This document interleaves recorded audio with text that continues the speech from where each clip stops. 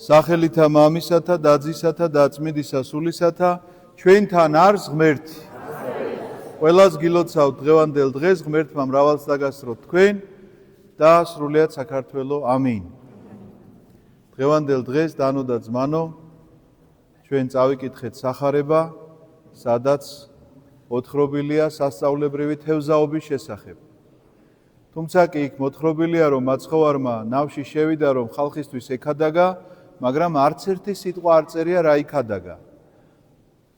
რადგანაც ასე ჩანს, რომ სხვა უფრო მნიშვნელოვანი ამბავი მოხდა, ვიდრე ეს როგორ შეიძლება ახლა მაცხოვრის ქადაგებაში რაიმე მნიშვნელოვანი არ ყოფილიყო, მაგრამ სავარაუდოდ შეიძლება ითქვას, რომ ჩვენ ეს ქადაგება უკვე მოსმენილი გვაქვს მათესთან, როდესაც ის დაჯდება მთაზე და წარმოთქვამს თავის პირველ ქადაგებას.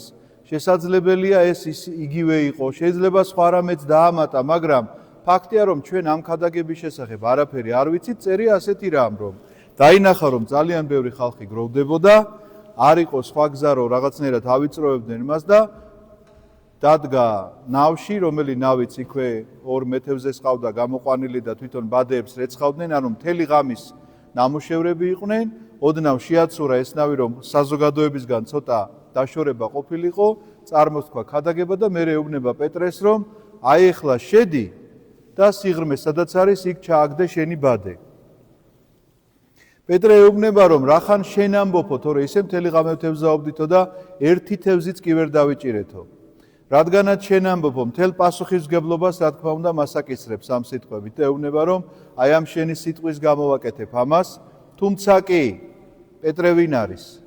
მეთევზეა და ზუსტად იცის, როდის არის თევზის ჭერის დრო.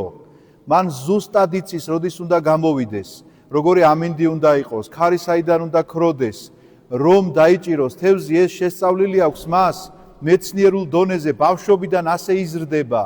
ამ გარემოშია გაზრდილი და ვინ შეიძლება ასწავლოს პეტრეს თევზის ჭერა. მაგრამ ვერაფერი ვერ დაიჭირა პეტრემ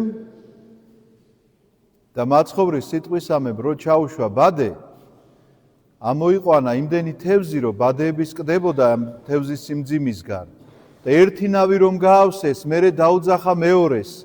მოდითო, აი ეს მეორე ნავიც რომ გაავსეს, სიმძიმე ისეთი იყო, რომ ნავებმა დანთქმა დაიწყესო, ანუ ჩაძირვა დაიწყესო და ამის შემდგომ მოტრიალდება პეტრე და ამბობს იმ სიტყვებს, რომლებსაც ეუბნება მაცხოვარს, ჩვენ დღეს სახარებაში წავიკითხეთ, რომ განვეთ ჩემგან, რამე თუ კაცი ცოდვილი ვარ მე. ასეთი გახლავთ ჩემო ძვირფასებო ჩვენი ცხოვრება.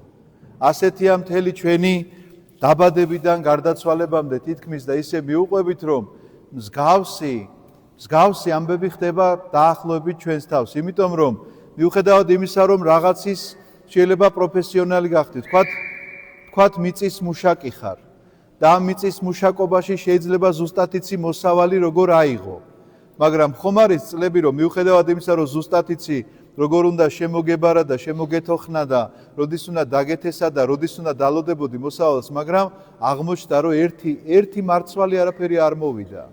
იმიტომ რომ ეს შენს ნებაზე არ არის.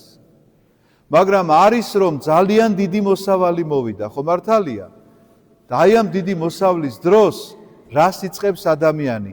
სად არის მისი ფიქრი? სად არის მისი გონება?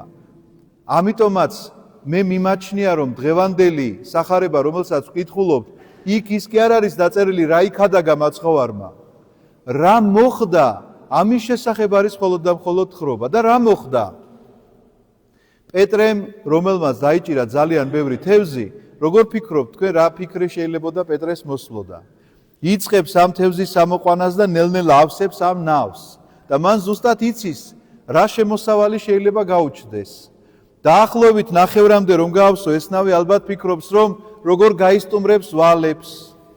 ეს ნავი რომ კიდევ უფრო მეტად ივსება და ივსება, ეხლა ფიქრობს, რომ ვალები ხო უკვე გაისტუმრა. ეხლა სახლის მშენებლობა დაიწყო. ეხლა მეორე ნავს დაუძახა, იმიტომ რომ ეს ნავი სავსეა და ახლა ამ მეორე ნავის დროს იწყებს უკვე ფიქრს, როგორ შეიძლება გადაიდო ფეხი ფეხზე და აღარაფერი აღარ აკეთო, იმიტომ რომ შემოსავალი შენ შეიძლება ასეთი გქონდეს, აი ამ თევზის გაყიდვისგან მიღებული შემოსავალი. და ქრისტე სად არის ამ დროს? ქრისტე, რომელმაც გითხრა და შენ ზუსტად რომ იცი მე თევზე რომ ხარ, ან მეპურე რომ ხარ, ან რა მნიშვნელობაა მასწავლებელი რომ ხარ და რომ გაიხედავ და დაინახავ რომ აი ესეთი შემოსავალი მოვიდა, სად არის ამ დროს შენს ცხოვრებაში ქრისტე?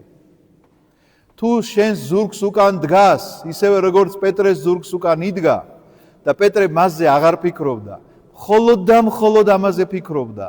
ერთი ნავი რომ რაში სჭირდება, აი ერთი ოჯახი აქვს პეტრეს, ხო? ახლა თქვათ ასე რომ ერთი ოჯახია, იქ მრავალშვილიანიც რო ყოფილიყო, ორი ნავი თევზით რო გაავსებ, სად უნდა წაიღო ამდენი თევზი? როგორ წარმოგიდგენიათ თქვენ?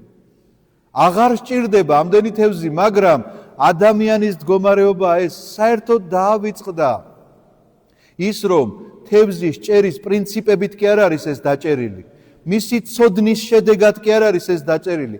ეს თევზი დაიჭირა მან საერთოდ აბსოლუტურად ლოგიკას მოკლებულია. ამ დროს შუადღეს ხმაური როცა დაიწყო, აქ ხალხთან ქადაგება, იქ ხალხი როგორ ხმაურობს, ამ დროს თევზი საერთოდ არ უნდა მოდიოდეს და არ უნდა ჩანდეს, უნდა იმალებოდეს და ამ დროს ასეთი თევზის ჭერა ყოველგვარ ლოგიკას მოკლებულია, მაგრამ მიუხედავად ამისა, ამ ლოგიკაში შენ ცდილობ ეხლა რომ შენი აზროვნებით ჩაერთო და იაზროვნო ასე რომ ეხლა ამ კედელთან ამას დავდგამ, იმ სახლს რომ ავაშენებ, იქ იმას სახურავი ესეთი ექნება, იქ სავარძელი იქ უნდა მოვათავსო, სადაც ყველაზე კარგი ჭრდილი იქნება და მოსასვენებელი ადგილი ერთი აქეთ უნდა გავიკეთო და ერთი იქეთ.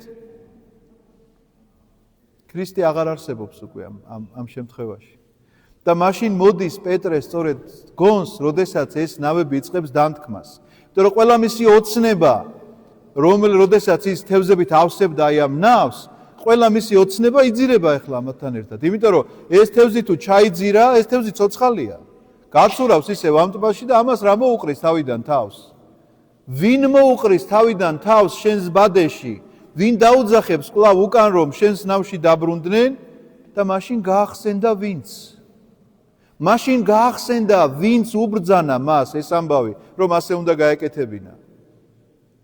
მოტრიალდება და ზუსტად გააცნობიერებს, რომ მისი ეს დროებითი რაღაცა გამოთიშვა ამ სამყაროსგან იყო არასულიერი მდგომარეობა, არამედ მხოლოდ და მხოლოდ მატერიალურზე აგებული და რაღაცა ამქვეყნიურზე აგებული მისი ოცნებები, რომელი ოცნებებით შეიძლება ერთ წამში გაქრეს. ერთ წამში როგორც გამოჩნდა, ისევე გაქრეს და აღარაფერი აღარ დარჩეს მისგან, იმიტომ რომ იმ ტბიდან ამოსული იმ ტბაშივე დაინთქას ყველაფერი უნაშთოდ, საერთოდ და უმისამართოდ. შენი ნავებიც კი შეიძლება მიყვეს მას. განამარტო ის თევზი, შენი ნავებიც კი და ყველანაირი საშუალება მოგესპოს მომავალში ახალი თევზაობისა. ამიტომაც ზუსტად აცნობიერებს პეტრე ამას, რომ ვინ შეიძლება ეს თევზი მის ნავში ნამდვილად დატოვოს და არაფერი მისგან წილი არ მოითხოვოს, ეს არის ის, ვინც მას უკარნახა, რომ ეს ბადე უნდა ჩაედო აქ და მოტრიალდება და სრულიად გაცნობიერებულად აღარ აინტერესებს უკვე ეს ნავი ჩაიძირება თუ არ ჩაიძირება, ეუბნება განვეთ ჩემგან, რამე თუ კაცი ცოდვილი ვარ მე. ამას ამბობს პეტრე აბსოლუტური გულწრფელობით. არ გეგონოთ თქვენ არანაირი მოჩვენებითი აქ ამაში არაფერი არ არის, იმიტომ რომ მან აბსოლუტურად გააცნობიერა, რომ კაცმა, რომელმაც უთხრა, რომ აიხლა შენ დიდ თევზს დაგაჭერინებ და დიდ შემოსავალს გაშოვნინებ, ამ თავის ოცნებაში, როდესაც ამ ნავებს ავსებდა, ერთხელაც არ გახსენებია ეს კაცი. თვითონ სახლი კი აიშენა, მაგრამ ამ კაცისთვის არ აუშენებია. თვითონ კი მოიწყო ჭრდილი და კარგი სავარძელი, მაგრამ ამ კაცისთვის არ გამოჩნდა ადგილი არსად. არც მის სახლში, არც მის ამ ფანტაზიებში. ფანტაზიებია ეს ხომ რეალობაში არ მომხდარა, მაგრამ ფანტაზიაშიც კი და ოცნებაშიც კი, რასაც ის ოცნებობდა და კოშკები დადგა, ამ კაცის ადგილი არსად არ არის. ვინც ეს ყველაფერი გააკეთებინა, ვინც ეს ყველაფერი აშოვნინა, ვინც ეს ყველაფერი თუნდაც ამის საშუალება მიეცა, რომ ასე ეოცნება, იმიტომ რომ აგერ ხედავს, რომ მეორე ნავი ივსება უკვე. და ძალიან დიდ შემოსავალზეა საუბარი. და ამის გაცნობიერება ხდება სწორედ პეტრეს მიერ, როდესაც ის ეუბნება, რომ კაცი ცოდვილი ვარ, იმიტომ რომ ყველაფერი გავაკეთე, სახლიც ავაშენე და ჭრდილიც მოვიწყვე და სავარძელიც, მაგრამ შენ არ გამხსენები ხარ ამ დროს არსად. აი ეს არის მთავარი ამბავი დღევანდელი სახარებისა. მე დარწმუნებული ვარ, ის ქადაგება ალბათ საზეპირო უნდა ყოფილიყო ჩვენთვის, რაც მაშინ მაცხოვარმა იქ წარმოთქვა, მაგრამ არც ერთი სიტყვა არ ვიცით კონკრეტულად რა თქვა მან იმ ზღვაზე, მაგრამ ვიცით აი ეს მოქმედება, რომელი მოქმედებითაც მან პეტრე აქცია კაცთა მებადურად, იმიტომ რომ პირდაპირ ეუბნება, ნუ გეშინია პეტრე, დღეიდან შენ იქნები კაცთა მებადური, რადგანაც გაცნობიერება იმისა, რომ ღმერთის გარეშე არაფერი არ ხდება, გაქცევს შენ არა მარტო კარგ ქრისტიანად, არამედ გაქცევს ადამიანად, რომელიც შენი ცხოვრებიდან გამომდინარე უკვე სხვა ადამიანებს მოინადირებ ქრისტიანობაში. შეიძლება საერთოდ არ მოგეცეს ასპარეზი პეტრე მოციქულისამებრ, არც ქადაგებისა და არც თქვა სხვადასხვა ქვეყანაში ასე მოგზაურობისა, რომ სადღაცას შენ შენი სიტყვა წარმოსთქვა, მაგრამ სადაც იქნები, იმ შენს ყანაში თუ, იმ შენს სამსახურში თუ, იმ შენს ოჯახში, იქნები ადამიანი, რომელიც მოინადირებს სხვა ადამიანებს შენი საქციელით, შენი ცხოვრების წესით, იმიტომ რომ შენში იქნება ის ღმერთი, ქრისტე განხორციელებული და შენში იქნება მისი ცხოვრება წარმოჩენილი, ისევე როგორც იქ, იმ გენესარეთის ტბაზე და ზუსტად ასეთი წავიკითხეთ ჩვენ ეპისტოლე დღევანდელ დღეს, მეორე კორინთელთა მიმართ მე-6 თავის. ნახეთ რას წერს. რა შეათანხმებს ერთმანეთთან ქრისტეს და ბელიარს. ნუ ეშმაგზეა საუბარი. ან რა ხელი აქვს მორწმუნეს ურწმუნოსთან. რა შეათავსებს ღმერთის ტაძარს და კერპებს, რადგან თქვენ ცოცხალი ღმერთის ტაძარი ხართ, როგორც თქვა ღმერთმა, შევსახლდები მათში და ვივლი მათში და ვიქნები მათი ღმერთი, ხოლო ისინი იქნებიან ჩემი ხალხი. აი ეს ეპისტოლე იქნა დღეს წაკითხული და სწორედ ამას ეხმაურება პეტრე მოციქულის დღევანდელი მოქმედება, როდესაც ის ამბობს, რომ განვეთ ჩემგან, რამე თუ მე კაცი ცოდვილი ვარ, აი ამ შეგნების გარეშე და თუ მხოლოდ ოცნებებში დარჩა ადამიანი, იცოდეთ რომ ღმერთს ადგილს არ ვუტოვებთ. განა ის რომ ღმერთს არ უნდა ჩვენთან ყოფნა. პირიქით, მისი ნებაა, ნახეთ რა წერს. მე შევსახლდები მათში და ვივლი მათში და ვიქნები მათი ღმერთი და ისინი იქნებიან ჩემი ხალხი. ოღონდ ამისი საშუალება შენ უნდა მისცე მას.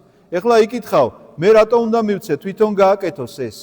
თვითონ რომ გააკეთოს ეს, მაშინ ძალადობა იქნება ეს შენზე. იმიტომ რომ შენ თუ შენს ოცნებებში ხარ, ავსებ ერთ ნავს და გადადიხარ მეორეს გავსებაზე და შენს ფანტაზიაში უკვე წარმოდგენილი გაქვს შენი სახლი, კოშკები, ახალი ის რო იყიდე, იახტა თუ, რა ვიცი, რა მნიშვნელობა აქვს დასვენების დღეები თუ კურორტების კიდე ჩამონათვალი, სადაც შეიძლება დადიოდე ხოლმე ზამთარში და ზაფხულში, ქრისტეს ადგილი სად არის? ამიტომაც ქრისტე თუ ძალით მოვა ამ შემთხვევაში შენთან, მაშინ ქრისტე მოძალადე იქნება და სადაც ძალადობაა, იქ სიყვარულს ადგილი არ აქვს. ეს შენ უნდა გინდოდეს, შენ უნდა იწვევდე, შენ უნდა ათავისუფლებდი ადგილს მისთვის, ისევე როგორც პეტრე მოციქულმა გააკეთა ეს. თქვა პირდაპირ, კაცი ცოდვილი ვარ მე და ჩემში არ არის შენი ადგილი. მაგრამ ღმერთი ეუბნება სწორედ ამ სიტყვების გამო, რომ ნუ გეშინია პეტრე.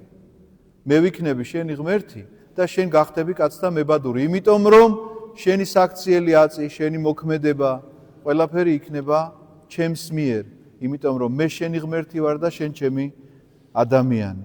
ამიტომაც გამოდით და გამოეყავით მათ, იტყვის უფალი. და ნუ შეეხებით უწმინდურს და მე შეგიწყნარებთ თქვენ და ვიქნები თქვენი მამა, ხოლო თქვენ იქნებით ჩემი ძენი და ასულნი, ამბობს უფალი ყოვლის პრობელი.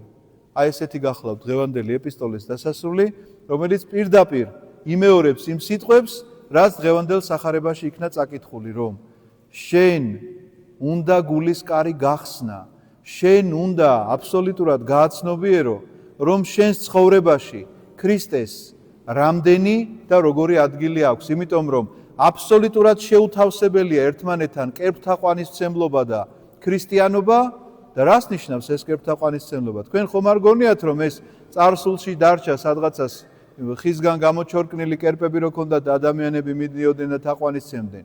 არ დარჩა ეს წარსულში ჩვენს თანამედროვე ცხოვრებაში სწორედ ასეა. პეტრე, როდესაც ნავებს ავსებდა და არ ახსოვდა, საიდან ავსებდა ამ ნავებს, კერპთაყვანისმცემელი იყო. არაფრით არ განსხვავდებოდა ეს კერპთაყვანისმცემლობისგან. კერპთაყვანისმცემლობას მოშორდა მაშინ, როდესაც ქრისტეს უთხრა, რომ განვეთ ჩემგან მე კაცი ცოდვილი ვარო. ამიტომაც თითოეულმა ჩვენგანმა ეს უნდა გააცნობიეროს. რა არის იცით კერპთაყვანისმცემლობა? როდესაც მხოლოდ სიმდიდრეზეა გადაგებული შენი მთელი გონება და ფიქრი და ესე იგი ცხოვრების წესი. როდესაც ან თანამდებობის დროს ამოისუნთქებ და იტყვი რომ აწი რაღა მიჭირს, აი მივაღწიე აი ამ სკამს, რომლისთვისაც ვიბრძოდი. როდესაც იღწვი რომ უფ აწი უკვე ჯანმრთელი ვარ და აღარაფერი აღარ მიჭირს. როდესაც იტყვი რომ აი ამ ქვეყნიურს ნებისმიერ რამეს მოიყვან და იტყვი რომ ეს არის თითქოს გარანტი იმისა რომ შენ კარგად იქნები, ან ქონება, ან თანამდებობა, ან გვარიშვილობა, ან ცოლს მოიყვან ისეც და იტყვი რომ აღარაფერი აღარ გამიჭირდება ამის ხელშიო და ან ცოლი იტყვის იგივეს ქმარზე, იცოდეთ რომ დანგრეულია ასეთი ცხოვრება, საძირკველი არ აქვს ასეთ მოქმედებას არანაირი, იმიტომ რომ ეს კერპთაყვანისმცემლობისგან არაფრით არ განგვასხვავებს ჩვენ. ამიტომაც მოშორდით ამ კერპებს და იაზროვნეთ ისე, რომ ქრისტეს ადგილი გქონდეს თქვენს ცხოვრებაში, რომ ოცნებასაც კი, რომელსაც შეიძლება მიეცეს ხანდახან ადამიანი და არ არის ეს ჯანმრთელი მდგომარეობა, მინდა გითხრათ, ამ ოცნებაშიც კი არასდროს არ მოგშორდეთ ქრისტეს ხატება და სახება, რომ როგორი უნდა იყოს ადამიანი, როგორ უნდა ცხოვრობდეს, რათა სცხონდეს. ამინ. დალოცვილი და გახარებული გამყოფოთ ქრისტე ღმერთო.